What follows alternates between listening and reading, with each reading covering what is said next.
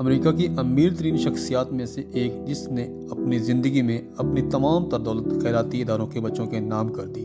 یہ ایک بہت بڑا انسانی جذبہ ہے، خاص کر اس حالت میں جب تک آپ تندرست ہوں اور زندہ ہوں، یعنی آپ کے مرنے کے بعد نہیں، لیکن ابھی جب آپ اپنی زندگی میں اس دولت سے مزید اپنی زندگی پرآسائش اور پر لطف انداز سے ہر لمحہ کو بھرپور انجوائے کر سکتے ہو۔ یہ کوئی افسانہ نہیں ہے، یہ حقیقت پر مبنی ملٹن ہرشے کی غیر معمولی حقیقی کہانی ہے۔ چاکلیٹ کنگ، جس نے ثابت کیا کہ زندگی کی سب سے پیاری چیز چاکلیٹ نہیں ہے، یہ دنیا ہے۔ ملٹن ہرشے کسی امیر گھرانے میں پیدا نہیں ہوئے تھے، اس نے صرف چوتھی جماعت تک تعلیم حاصل کی تھی اور کامیابی حاصل کرنے سے پہلے کئی بار مختلف کاروبار میں ناکام بھی ہو چکا تھا۔ لیکن جب اس نے بڑے پیمانے پر دودھ کی چاکلیٹ تیار کرنے کا راز جانا تو اس نے کینڈی کی صنعت میں انقلاب برپا کر دیا۔ 1900 کی دہائی کے اوائل تک ہرشے کی چاکلیٹ بار ہر جگہ پر موجود تھے اور ملٹن ہرشے اس بار کروڑ پتی بن چکا تھا۔ اس نے اپنی فیکٹری کے ارد گرد ایک پورا قصبہ تعمیر کیا، ہرشے پینسلوانیا، اپنے کارکنوں کو پاک خوبصورت گلیاں اور زندگی گزارنے کے لیے دیگر سہولیات بھی فراہم کی۔ وہ لوگوں کا خیال رکھنے میں یقین رکھتا تھا، لیکن اس کی سخاوت کا سب سے بڑا عمل باقی تھا۔ ملٹن اور اس کی بیوی کیتھرین کے درمیان گہری محبت تھی، لیکن اس کی شادی کو اداسی نے چھو لیا۔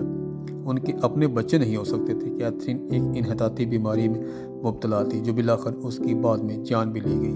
ہرشے اور کیتھرین بے اولادی کی کمی کو گہرائی سے محسوس کرتے تھے، لیکن جو کچھ ان کے پاس تھا اس پر غور کرنے کی بجائے انہوں نے اپنے آپ سے سوال کیا، کیا ہم ان بچوں کے والدین بن سکتے ہیں جن کا اس دنیا میں کوئی نہیں ہے؟ 15 نومبر 1909 کو ملٹن اور کیتھرین نے ہرشے انڈسٹریل اسکول کے قیام کے معاہدے پر دستخط کیے۔ مشن واضح تھا، غریب اور یتیم بچوں کے لیے گھر اور تعلیم فراہم کرنا۔ انہوں نے 486 ایکڑ پر محیط ورکنگ فارم اس کام کے لیے مختص کر دیا، ایک خوبصورت جائیداد جہاں بچے سیکھ سکتے تھے، پڑھ سکتے تھے اور ایسے مواقع تلاش کر سکتے تھے جو ان کے پاس کبھی بھی نہیں ہو سکتے تھے۔ پہلے طلبہ 1910 میں آئے۔ ان لڑکوں کو صرف کلاس میں روم ہی نہیں دیے گئے تھے بلکہ انہیں ایک گھر دیا گیا تھا۔ وہ گھریلو والدین کے ساتھ چھوٹے خاندانی طرز کے گھروں میں رہتے تھے، تجارت اور زراعت سیکھتے تھے، اس قسم کی تعلیم اور دیکھ بھال حاصل کرتے تھے جس کا زیادہ تر یتیم بچے صرف خواب ہی دیکھ سکتے تھے۔ کیتھرین 1915 میں اس دنیا سے رخصت ہو جاتی ہے۔ اس کے جانے کے بعد ملٹن اندر سے ٹوٹ جاتا ہے۔ 3 سال بعد 1918 میں اس نے ایک ایسا فیصلہ کیا جس نے کاروباری دنیا کو چونکا کر رکھ دیا۔ اس نے ہرشے چاکلیٹ کمپنی کی اپنی پوری ملکیت، جو کہ اس وقت تقریباً $60 ملین کی تھی، اسکول کے لیے ایک ٹرسٹ میں منتقل کر دی۔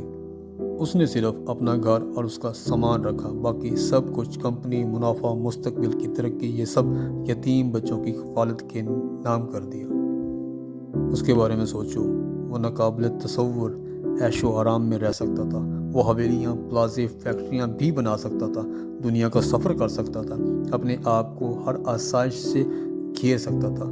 ہر وہ چیز جو کسی غریب کا صرف خواب ہو سکتی تھی اسے وہ بآسانی خرید سکتا تھا، مگر اس نے ایسا کرنے کی بجائے اس بات کو یقینی بنانے کا انتخاب کیا کہ غریب بچوں کو وہ ملے گا جو وہ اور کیتھرین کبھی نہیں کر سکتے تھے۔ جب لوگوں نے ملٹن سے پوچھا کہ آپ نے یہ سب کچھ کیوں چھوڑ دیا تو اس کا جواب سادہ اور انتہائی پر اثر تھا۔ میں کاروبار میں کامیاب رہا کیونکہ میرے پاس ایسے مواقع تھے جو دوسروں کے پاس نہیں تھے۔ میں یہ مواقع ان لڑکوں کو دینا چاہتا تھا جن کے پاس کچھ نہیں ہے۔ انہوں نے یہ بھی کہا، ایک شخص صرف اسی تناسب سے خوش ہوتا ہے جب وہ دوسروں کو حقیقی خوشی دیتا ہے۔ ملٹن کے لیے خوشی جمع کرنا نہیں تھی بلکہ سخاوت میں تھی۔ ملٹن ہرشے کا انتقال 1941 میں ہوتا ہے، لیکن ان کا دیا ہوا تحفہ آج بھی ایسے بچوں کی کفالت کے ساتھ ساتھ دیگر ذمہ داریاں بھی ادا کر رہا ہے۔ آج ملٹن ہرشے اسکول کم آمدنی والے خاندانوں کے لیے 2100 سے زائد طلبہ کا اندراج کر رہا ہے، یعنی ہر چیز فراہم کرتا ہے اور پھر بالکل سب کچھ مفت۔ بچے جو اس ادارے سے خدمات حاصل کر رہے ہیں اس کی تفصیل کو اگر دیکھا جائے تو وہ یہ ہے: پری کے سے 12ویں جماعت تک عالمی معیار کی تعلیم، خاندانی طرز کے گھروں میں رہائش، دن میں 3 کھانے، طبی اور دانتوں کی دیکھ بھال، کپڑے اور اسکول کا سامان، کیئر کاؤنسلنگ اور کالج کی تیاری، اور یہاں تک کہ کالج کے ذریعے طلباء کی سپورٹ بھی۔